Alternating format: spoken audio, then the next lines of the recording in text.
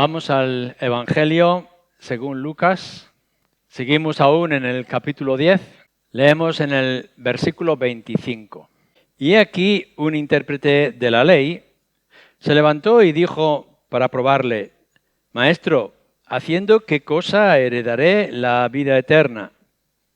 Él, Jesús, le dijo: ¿Qué está escrito en la ley? ¿Cómo lees? Aquel respondiendo dijo: Amarás al Señor tu Dios con todo tu corazón y con toda tu alma y con todas tus fuerzas y con toda tu mente, y a tu prójimo como a ti mismo. Y le dijo: Bien has respondido, haz esto y vivirás. Pero él, queriendo justificarse a sí mismo, dijo a Jesús: ¿Y quién es mi prójimo?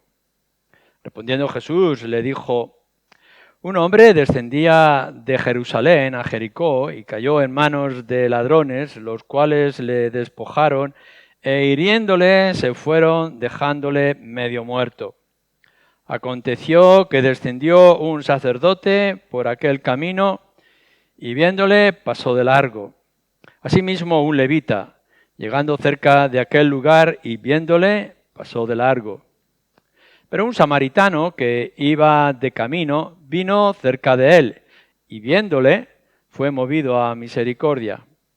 Y acercándose vendó sus heridas, echándole aceite y vino y poniéndole en su cabalgadura lo llevó al mesón y cuidó de él. Otro día al partir sacó 2 denarios y los dio al mesonero y le dijo: Cuídamele. Y todo lo que gastes de más, yo te lo pagaré cuando regrese. ¿Quién pues de estos 3 te parece que fue el prójimo del que cayó en manos de los ladrones? Él dijo: el que usó de misericordia con él. Entonces Jesús le dijo: ve y haz tú lo mismo.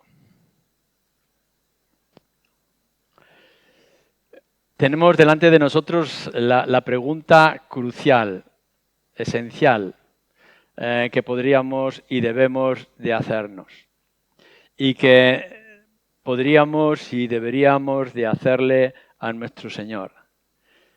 ¿Cómo heredar la vida eterna? ¿O cómo conseguir la vida eterna? ¿Cómo ganar, alcanzar la vida eterna?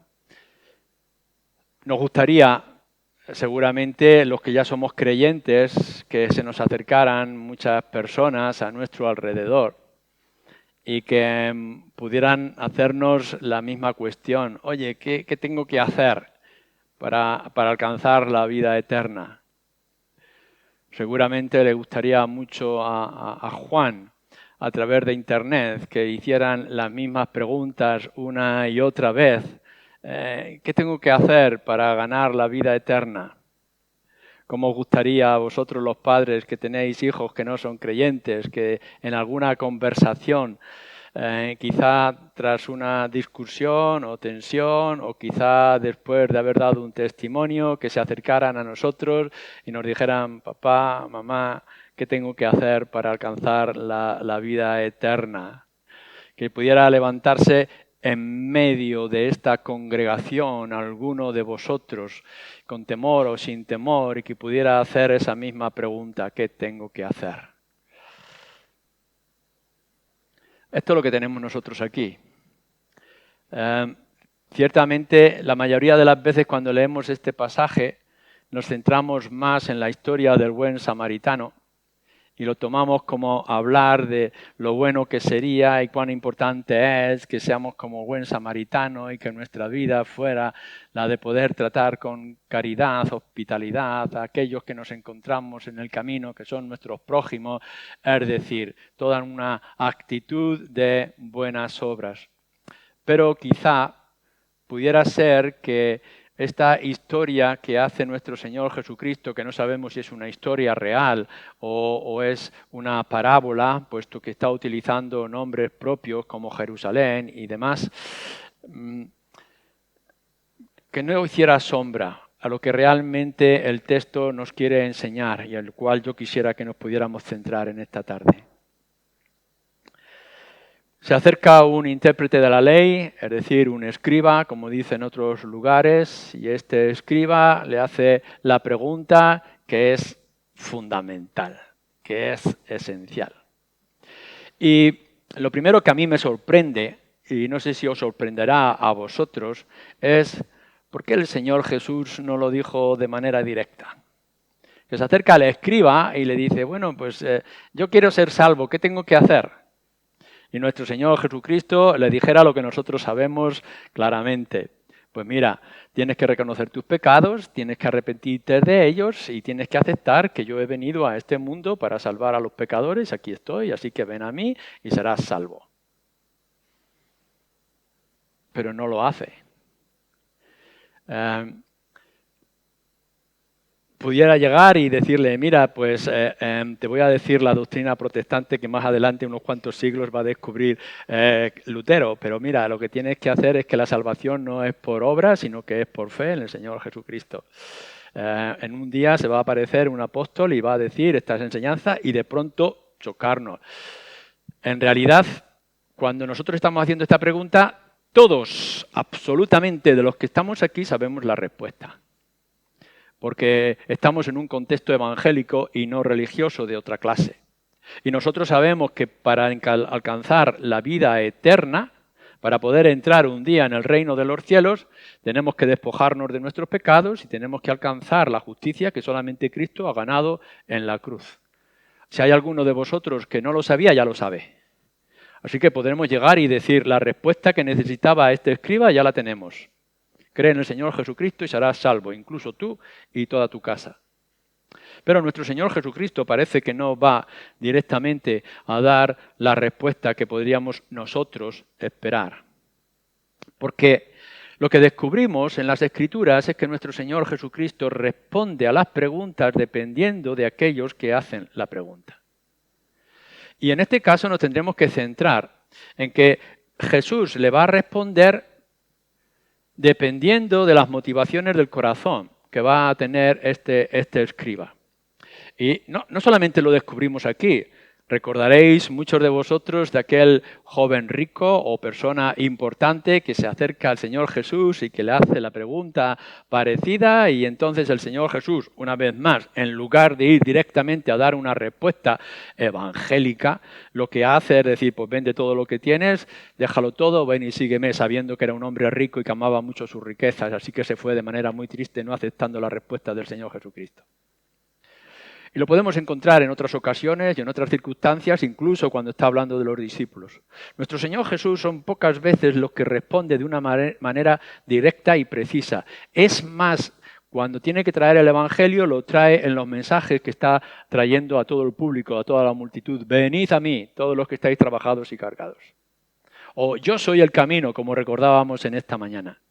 Pero cuando viene alguien como este, lo que va a hacer el Señor Jesús es responderle según la actitud y los sentimientos que tenía en su corazón.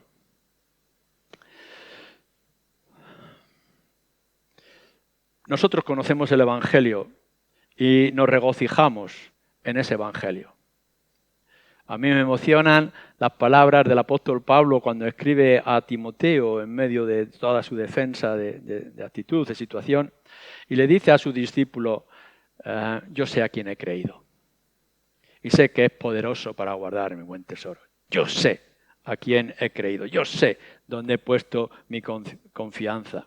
Y nos gustaría que cada uno de los que estamos aquí en esta mañana tuviéramos esa actitud, esa honestidad, esa sinceridad de poder decir, Cristo es mi Señor y es mi Salvador.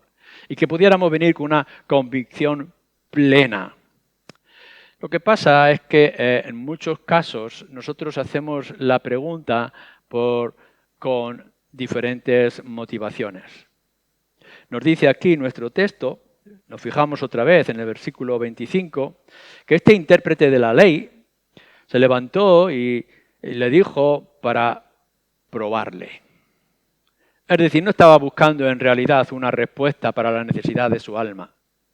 Este hombre no estaba diciendo, me he levantado en esta mañana y he visto que tengo un vacío en el corazón, o que tengo una carga inmensa de la que no me puedo desprender, o me siento como si estuviera extraviado y estuviera perdido y necesito encontrar la salida, que quizá este hombre que está aquí delante de mí pudiera darme la respuesta, la salida, la esperanza o la salvación. No, lo que en realidad nos está diciendo Lucas y está previendo nuestro Señor Jesucristo es que su pregunta simplemente es una prueba. Está buscando alguna manera, como nos dice en otros lugares, para tentarle y para probarle. El intérprete de la ley significa esto, que interpreta la ley y que conoce la ley y que conocía los entresijos de las aplicaciones o de las lecciones que se desprendían de la ley del Antiguo Testamento de Moisés. Incluso que se podían escribir códigos completos acerca de todo lo que podía significar los 10 mandamientos y las demás fórmulas que se traían para el pueblo de Israel. Tenía un gran conocimiento y tendría una gran información. Pero nuestro Señor Jesucristo le está produciendo a él una incógnita. ¿Quién es este hombre? ¿Cómo puede hablar con esta autoridad? ¿De dónde viene? ¿Por qué lo dice? No viene de nuestras enseñanzas. Está rompiendo con todo aquello que nosotros pudiéramos pensar y está diciendo algo que el Antiguo Testamento nos dice como esperanza de que él pudiera ser el Mesías y el ungido. Así que lo que tengo que hacer es probar que este hombre está equivocado o que este hombre quizá pudiera tener razón. Así que se levanta. Cuando nos está diciendo nuestro texto que se levanta es que estaba allí. Recordáis que los versículos anteriores nos está hablando de los 70 que vinieron diciendo estamos muy contentos y gozosos de que los demonios se nos sujetan y que hemos ido proclamando el Evangelio y nuestro Señor Jesucristo le está diciendo a los discípulos regocijaros porque vuestros nombres en primer lugar están escritos en el libro de la vida. Y en medio de todo ese círculo se levanta el escriba. Seguramente, esté o no esté con aquellos que estaban allí, está escuchando lo que nuestro Señor Jesucristo está diciendo y lo que anteriormente han podido oír acerca del resultado de su obra. Pero hace una pregunta con una actitud equivocada. Entonces lo que nosotros tenemos que preguntarnos, tú te tienes que preguntar en esta mañana es, claro que tienes las preguntas y que quizá incluso tienes las preguntas correctas. ¿Cómo podré llegar yo al cielo? ¿Es Jesucristo realmente el Salvador? ¿Estoy yo bien delante de Dios? ¿Estoy seguro, estoy convencido de que si mañana yo perezco o muero, podré ir y podré presentarme de manera limpia delante de Dios? Podrás estar haciéndote la pregunta de que estoy entre medias del cielo y del infierno. Mi próximo paso, que me encamina un poco más cerca del infierno, o mi próximo paso me encamina un poco más cerca del cielo. Seguramente estás haciendo todas estas preguntas, pero ¿por qué motivación estás haciendo estas preguntas? ¿Lo haces quizá porque te quieres excusar? ¿Simplemente para decir, bueno, ya veré, le voy a dar tiempo? ¿Estás probando al Señor? ¿Estás viendo si haces al Señor reaccionar de una manera adecuada o como a ti te parezca que el Señor, nuestro Dios, o el Señor Jesucristo, o el Espíritu tenga que reaccionar en tu vida? Fijaros bien que si importante es que tú hagas la pregunta correcta, igual de importante es que tú hagas la pregunta con las motivaciones correctas. Que no vayas con prepotencia o con orgullo o queriendo saberlo, sino que vayas con la humildad de encontrar la respuesta que tu alma necesita. ¿Cuántas veces, incluso algunos de nosotros antes de convertirnos, podríamos ir a personas que tenían una Biblia en la mano, a nuestros padres o amigos, para hacerle preguntas? Y cuando veníamos de una religión diferente a la religión bíblica, queríamos probar que estaban equivocados y veníamos con nuestra lista de preguntas y de sugerencias para encontrar un fallo y a poder decirles, ves, estabas equivocado, yo tenía y estaba en el camino correcto. Motivaciones equivocadas. Seguramente ninguno de vosotros va a ir al médico a decirle voy a ir al médico de cabecera de mi centro médico para informarme si realmente está licenciado, ha aprobado el MIR y tiene todo el conocimiento esencial para estar allí sentado en una mesa y darme la medicina. Voy a hacerle las preguntas a ver si sabe diferenciar una enfermedad u otra, o esta pastilla es correcta o esta otra. Si vas al médico y pides cita y le preguntas al médico esta serie de preguntas, intentando encontrar como si fuera un inspector médico, el médico dirá, mira, no estoy para perder el tiempo, vaya usted a su casa y cuando le duela la cabeza viene. Bueno, esto es lo que está significando para nosotros. Claro que queremos que vengas delante del Señor. Y claro que queremos que vengas delante del Evangelio. Pero queremos que vengas con la necesidad. Queremos que vengas viendo lo que tú realmente necesitas. Que tengas tu corazón predispuesto a la respuesta, sea cual sea, que el Señor nos tenga que dar o que la Escritura nos tenga que dar.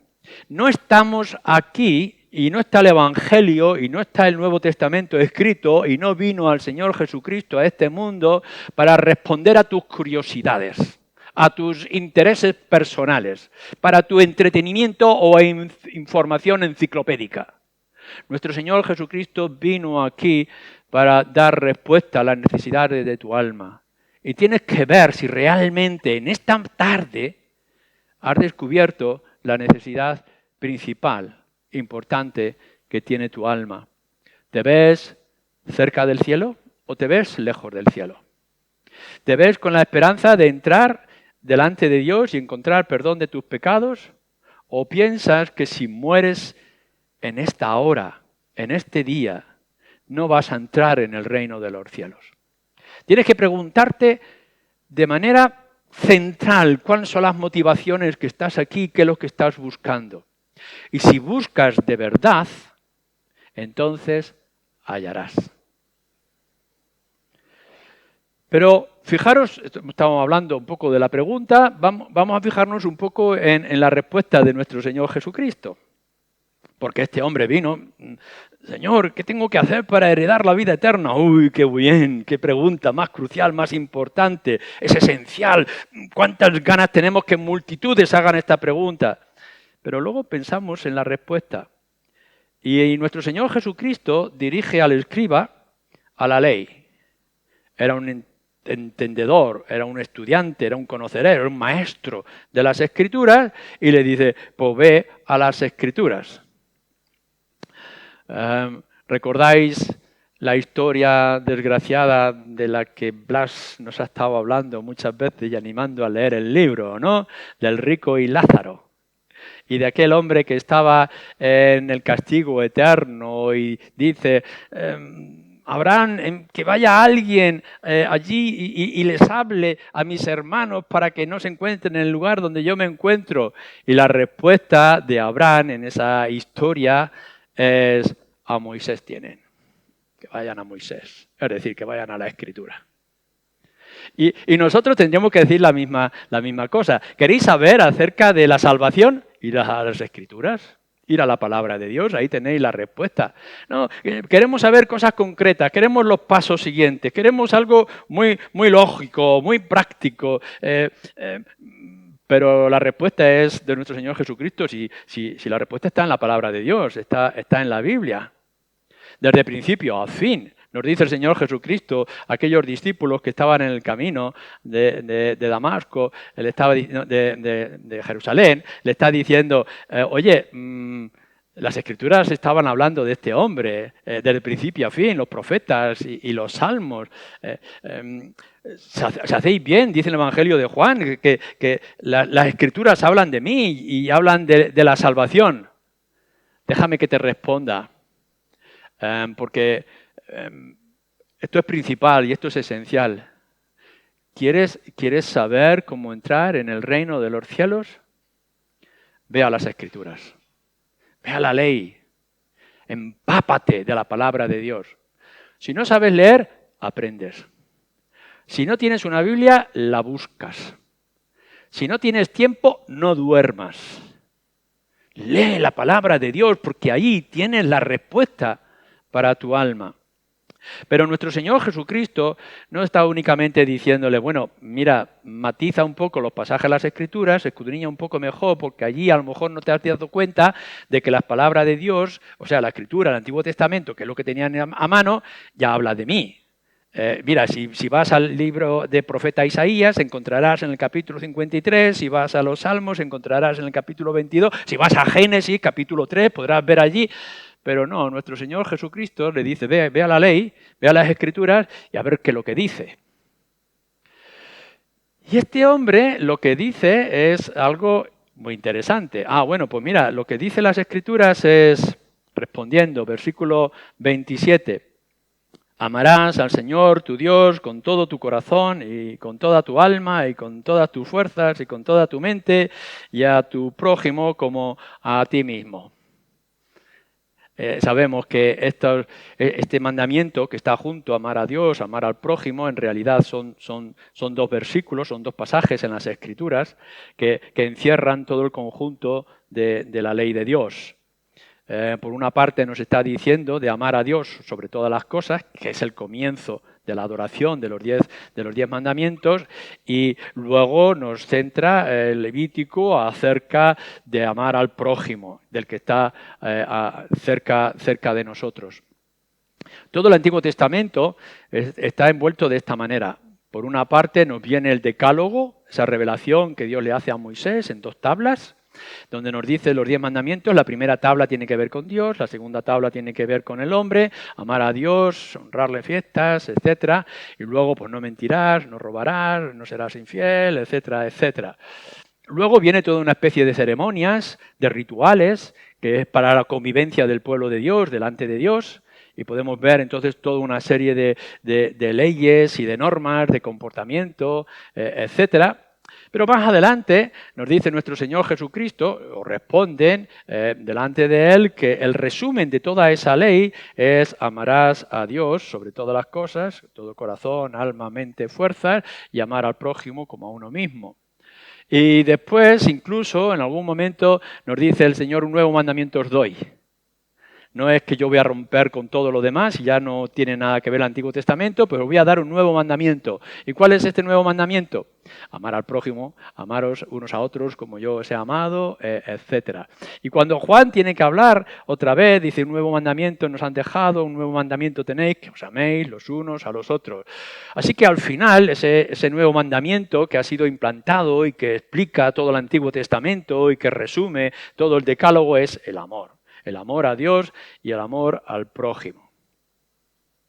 Así que ya sabéis cómo podréis ser salvos. Ya lo tenéis. Es decir, si en esta tarde tú amas a Dios con todo tu corazón, toda tu alma, toda tu mente y todas tus fuerzas, y además de esto añades de que amas al prójimo como a ti mismo, ya eres salvo. El cumplimiento de la ley te va a traer la salvación. Y si en esta mañana tu corazón está engañado, o está confuso, o está lleno de engreimiento y orgullo, dirás, pues ya está. Ya está. Ya amo a Dios con todo tu corazón, con todo mi corazón, toda mi alma, toda mi mente, todas mis fuerzas. Y amo al prójimo como lo debo de amar. Podrás salir de este lugar en esta mañana tranquilo y sosegado, diciendo, ya estoy seguro, ya tengo la salvación, ya tengo la información necesaria. A partir de ahora voy a amar a Dios sobre todas las cosas y voy a amar al prójimo como debo de amarlo. Y te podrás dar cuenta antes de salir de la puerta que te vas a chocar con una realidad. Y es que no lo puedes hacer. Te vas a dar cuenta de que la ley dice, esto es lo que se espera del ser humano. Pero no está realmente para decirte, lo vas a poder cumplir, la mayoría de la gente lo va a poder hacer simplemente con que se esfuerce un poco. No, lo que vas a dar cuenta es que va a chocar con una realidad. Esto es lo que pide Dios, esto es lo que espera Dios, pero esto es lo que yo no puedo hacer. Yo no lo puedo cumplir. Porque lo que nos va a decir más adelante Pablo cuando extiende y explica todas estas cosas de una manera práctica y teológica es que somos incapaces, no hay nadie que lo pueda hacer. Y que la ley, tal como estaba escrita, no es para aquellos que quieren esforzarse y alcanzar la salvación, sino para aquellos que saben que necesitan la salvación. que la ley estaba escrita y estaba expuesta para que nos demos cuenta de que dependemos absolutamente, no solamente de la justicia de Dios, sino de la misericordia de Dios. ¿Quién es capaz de poder hacer estas cosas? Y si fuéramos honestos y este intérprete de la ley hubiera ido con un corazón sincero, sabiendo, conociendo la impotencia y la incapacidad de su corazón, en lugar de querer probar o encontrar algún fallo en la doctrina o enseñanza del Señor Jesucristo, tendría que haber dicho, pues mira, es que la ley dice amar a Dios con todo el corazón, pero es que yo no soy capaz de amar a Dios con todo el corazón. Mi corazón es adúltero y es engañoso y me confunde. Y amar a Dios con toda la mente, pero vamos a ver, Señor, si es que mi mente está llena de pensamientos obscenos y terribles y contradictorios. Y quiero alcanzarlo y no puedo alcanzarlo. Mi mente está obtusa con estas cosas. Y mis fuerzas se van en la sexualidad o la sensualidad o en las ambiciones y la codicia. Si realmente toda mi fuerza se empeña en el pecado en lugar de las virtudes, ¿cómo voy a poder yo ser salvo cumpliendo la ley? ¿Cuál es la realidad de la ley? ¿Qué es lo que me está diciendo aquí? Nuestro Señor Jesucristo le está diciendo a ese hombre, mira tus faltas, mira tu dependencia, mira tu necesidad.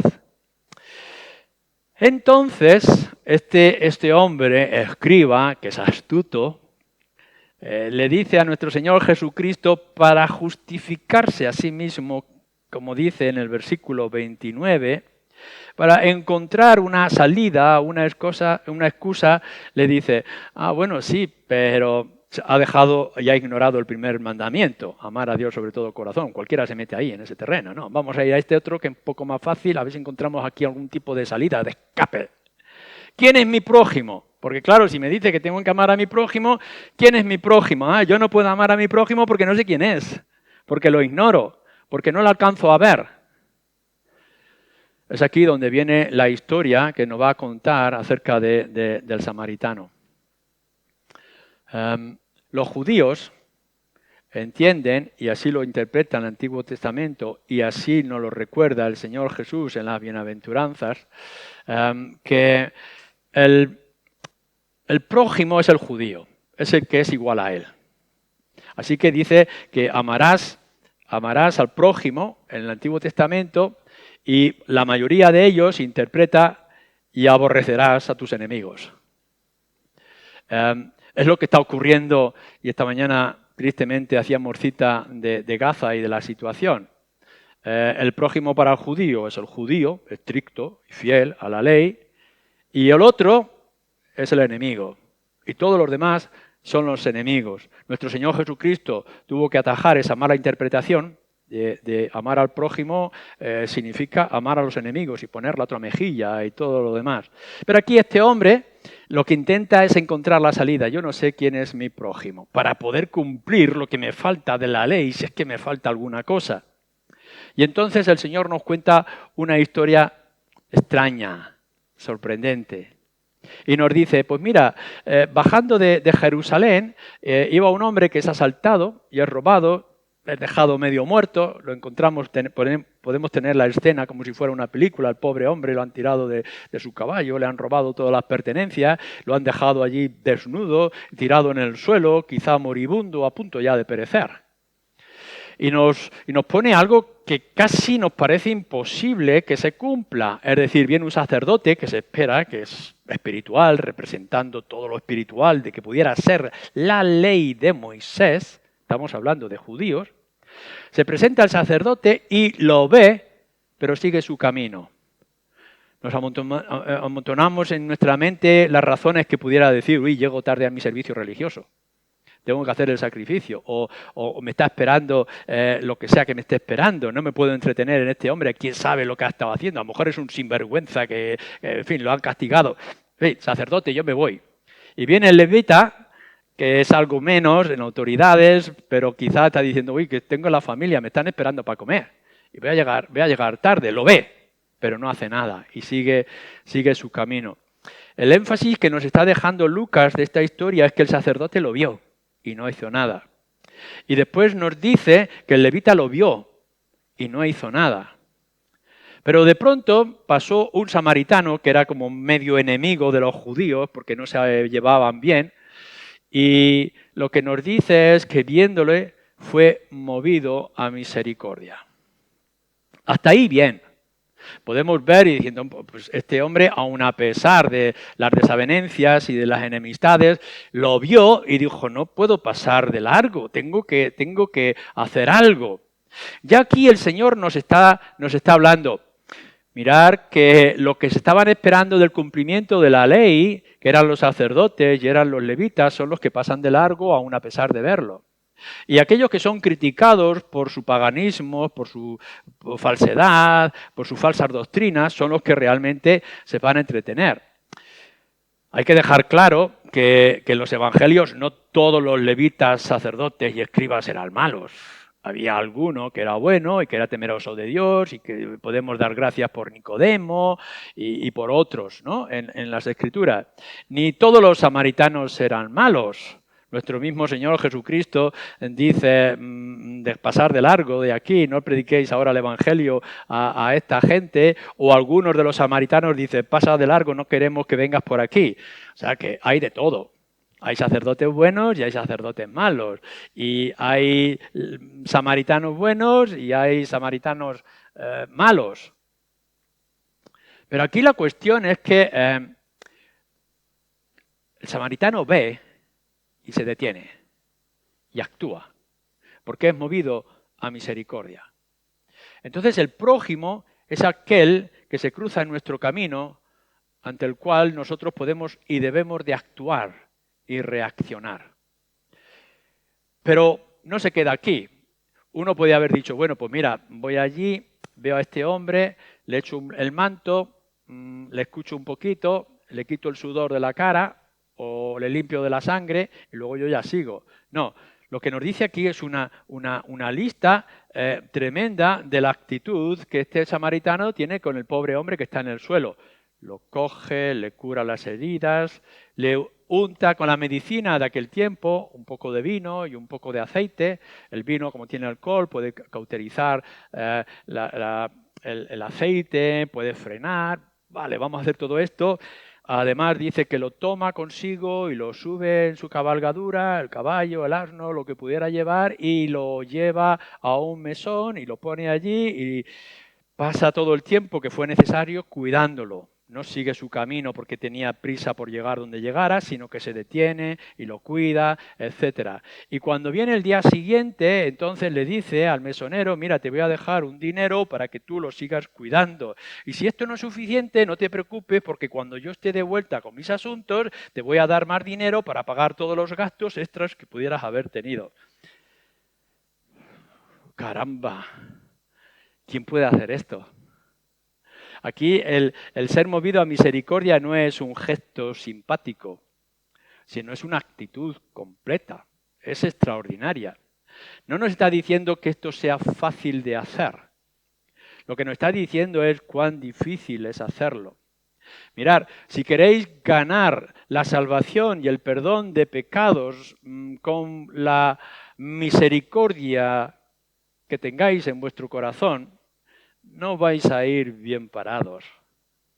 El mundo sigue siendo un mundo caído y sigue siendo un mundo de pecadores y nosotros estamos llenando esta iglesia de hombres y mujeres pecadores. Y el pecado nos va a acompañar todo el tiempo. Y el orgullo y la vanidad y la pereza. Son pocas personas contadas los que podemos hablar de que realmente actúan como el buen samaritano. Así que dejamos a una parte todo el amor a Dios con el corazón, alma, mente y fuerzas, etcétera, y voluntad, y nos metemos en este área que es al prójimo y vemos las batallas, los conflictos, las peleas, incluso en el nombre de Dios. ¿Quién puede cumplir todas estas cosas? Nuestro Señor Jesucristo, ante la respuesta del escriba, le dice, has respondido bien. Si haces estas cosas, vivirás. La conciencia del escriba le está diciendo, pues yo no lo hago, no lo puedo hacer. realmente me es imposible, no sé quién es mi prójimo. Y el Señor le presenta esta historia. Y resulta que saldrá este hombre diciendo, pues me has arreglado la vida, porque ahora ¿quién podrá hacer estas cosas? Uno podría llegar y decir, vale, si mostrar misericordia es dar una ofrenda, dar una limosna, ya está solucionado. Daremos limosnas a la gente, tendremos buenas palabras y gestos, tendremos algún detalle, pero verter mi vino, mi aceite, tomar mi cabalgadura, gastar mi dinero, consumir mi tiempo, ¿esto quién lo puede hacer? La salvación no es por obras, ni es por religión, ni es por rituales. Lo que nos está contando toda esta historia es la necesidad de que alguien nos vea como su prójimo y tenga de nosotros misericordia. Y lo que nos revela las Escrituras es esta historia fantástica pero real. Nuestro Dios desde los cielos nos ha visto en nuestra miseria, te ve a ti en tus pecados. Estás perdido, no tienes solución, no tienes esperanzas, es como una pobre criatura tirado en medio de un canal en el campo lleno de sus sangres, como nos dice el profeta Ezequiel. Hasta que nuestro Dios decide enviar a su Hijo Jesucristo para tener de nosotros misericordia.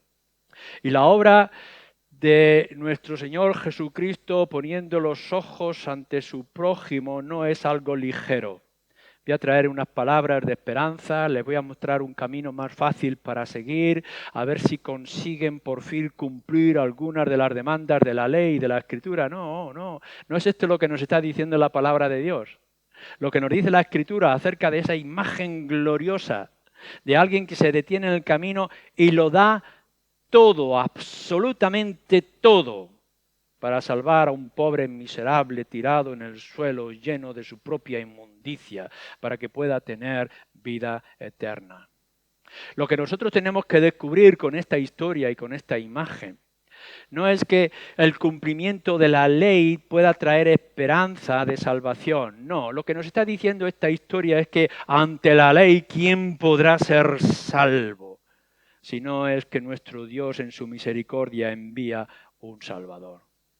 Y ese Salvador es nuestro Señor Jesucristo. ¿Qué lecciones aprendemos?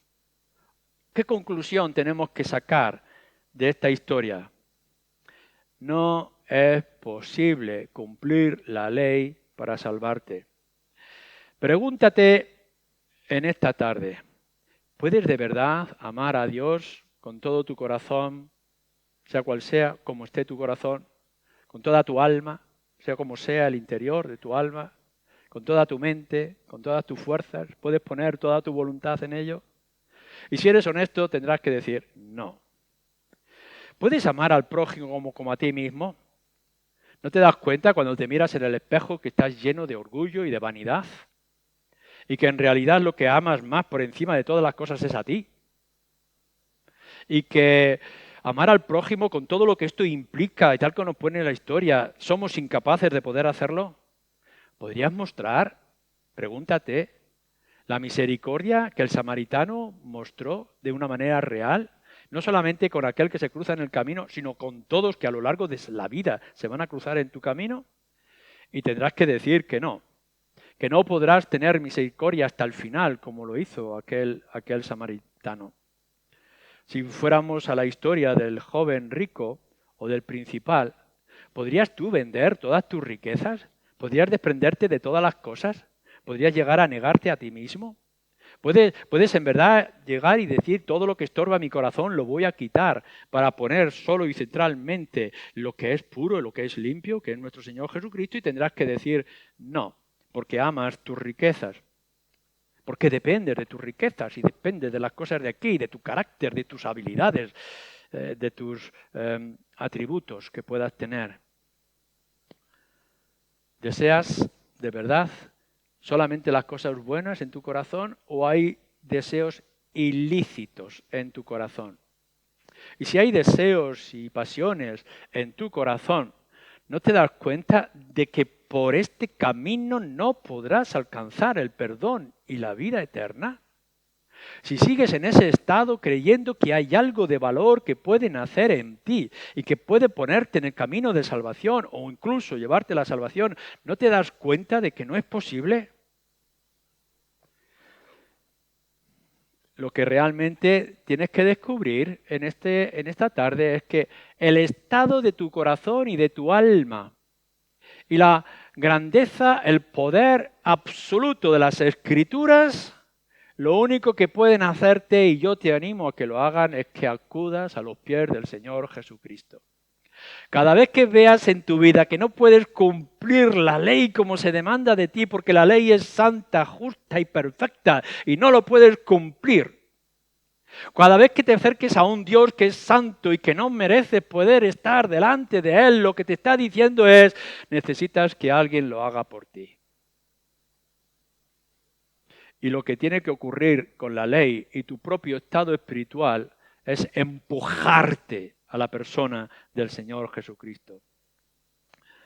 La historia del buen samaritano, como la llamamos, es un ejemplo.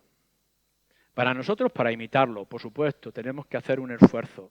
Imitar en todo lo máximo en nuestras vidas, de amar a Dios, por supuesto, y de amar al prójimo, por supuesto. Pero lo que nos hace esta historia es mostrarnos cuán gran Salvador tenemos, que es nuestro Señor Jesucristo. Ya lo hemos repetido varias veces. Esa es tu única esperanza. Venid a mí si estáis cargados y cansados. No hagas ningún otro esfuerzo para quitar tu carga. No hay ninguna otra manera de poder descansar. No hay ninguna otra salida. No puedes hacer nada en tu propia vida. No serán tus estudios, tu carrera, tu familia, tu trabajo, tu salud, tus rituales. No podrán hacer nada. Lo único que puedes hacer es lo que dice el Señor Jesucristo. Venid a mí si estáis trabajados y cargados. Y es entonces, y solamente entonces, que podréis encontrar descanso.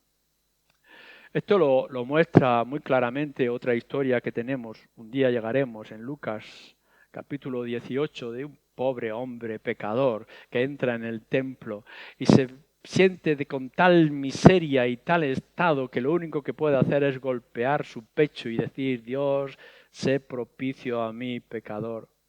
¿Qué podremos hacer tú y yo delante de esta ley? ¿Qué podremos hacer nosotros ante esas preguntas cruciales que hacen nuestras almas? Lo único que podemos hacer, lo único que te animo que hagas, lo único que podemos mantener a lo largo de todas nuestras vidas es venir delante del Señor Jesucristo y decir, aquí estoy, ten de mí misericordia. Y es entonces, ciertamente, con toda seguridad, ante las promesas de las Escrituras, que encontrarás la salvación que buscas. Amén.